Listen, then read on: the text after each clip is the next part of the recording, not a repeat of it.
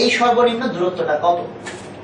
এখানে দেখো অঙ্ক করার কিছুই নাই, আমরা এইখানে দেখাই যে এই যে ডিসটেন্সটা এটা হচ্ছে 10 কিলোমিটার। বলছে এই সর্বনিম্ন দূরত্বটা কত, তাহলে সে যখন এখান থেকে রওনা হবে এখানে গিয়ে পৌঁছাবে, এই দূরত্বটা কত জানতে চাইছে।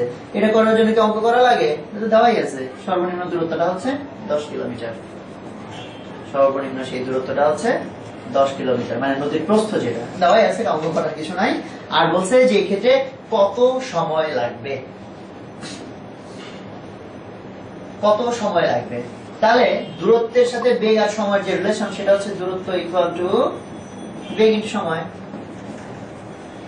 এখন সে যখন এখান থেকে এইখানে পার হইল তখন তার দূরত্ব কত? তখন তার দূরত্ব হচ্ছে 10 কিলোমিটার ইকুয়াল টু তার বেগ কত। প্রশ্ন হচ্ছে বেগ তো এই যে এখানে একটা আছে এখানে একটা আছে, তাহলে আসলে তার বেগ কোনটা? আসলে তার বেগ কিন্তু ইউ না ভিও না, আসলে তার বেগ হচ্ছে ডাব্লিউ, যেটাই যে এই বরাবর। তাহলে ডাব্লিউ এর ভ্যালু কত? ডাব্লিউ এর ভ্যালু তো তুমি এখানে দেখো ইয়ে দিয়ে করে ফেলতে পারো, পিথাগোরাস দিয়ে করে ফেলতে পারো, খুব সিম্পল, কারণ যেহেতু এখানে সমকোণী ত্রিভুজ তৈরি হয়েছে। এই ভেক্টরটার মান হচ্ছে 6, এটা হচ্ছে ইউ, এটা হচ্ছে 6 মানে ইউ ইকুয়াল টু 6। আর এই ভেক্টরটা ভি, তার মানে এই ভেক্টরটাও ভি, ভি এটা হচ্ছে 12। আর আমার জানা দরকার ডাব্লিউ, এটা দেখো এটা কিন্তু সমকোণী ত্রিভুজ। তাহলে আমরা লিখতে পারি এখানে যে w square plus U square equal to V square.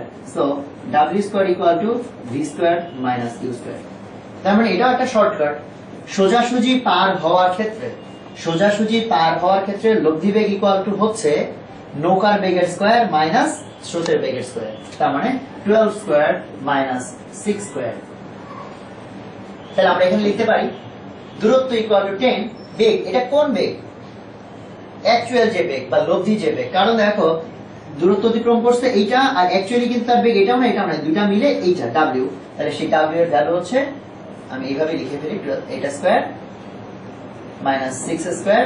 এটা কিন্তু হচ্ছে ডাব্লিউ স্কয়ার এর ভ্যালু, তাহলে শুধু ডাব্লিউ এর ভ্যালু হচ্ছে এর উপর আবার রুট ওভার, এর উপর আবার রুট ওভার ইনটু সময়, এটা যদি নাম দিই টি। সো টি ইকুয়াল হচ্ছে 10 divided by root over 12 square minus 6 square.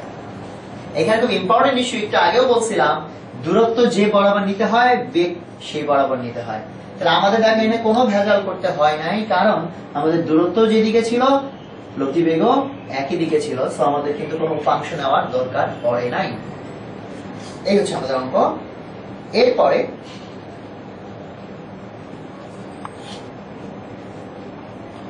এরপরে চাইলে আমরা এই অংশটুকুই আমরা চাইলে একটু অন্যভাবেও করতে পারতাম।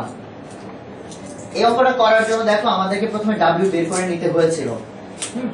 আমরা চাইলে এই ডাব্লিউ বের না করে এই অঙ্কটা করতে পারতাম, কিভাবে সেটাও একটু দেখো।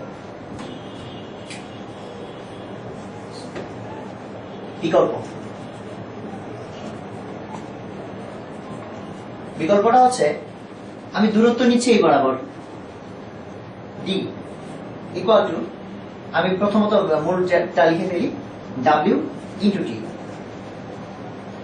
তাহলে এখন দেখো আমরা একটু আগে শিখছি যে মূল ভেক্টরের যে কোনো দিকে উপাংশ, মূল ভেক্টর হচ্ছে ডাব্লিউ, ডাব্লিউ এর এই বরাবর উপাংশ মানে ডাব্লিউ যে দিকে আছে সেই বরাবর উপাংশ হচ্ছে কত? W cos 0 degree. 0 ডিগ্রি কেন?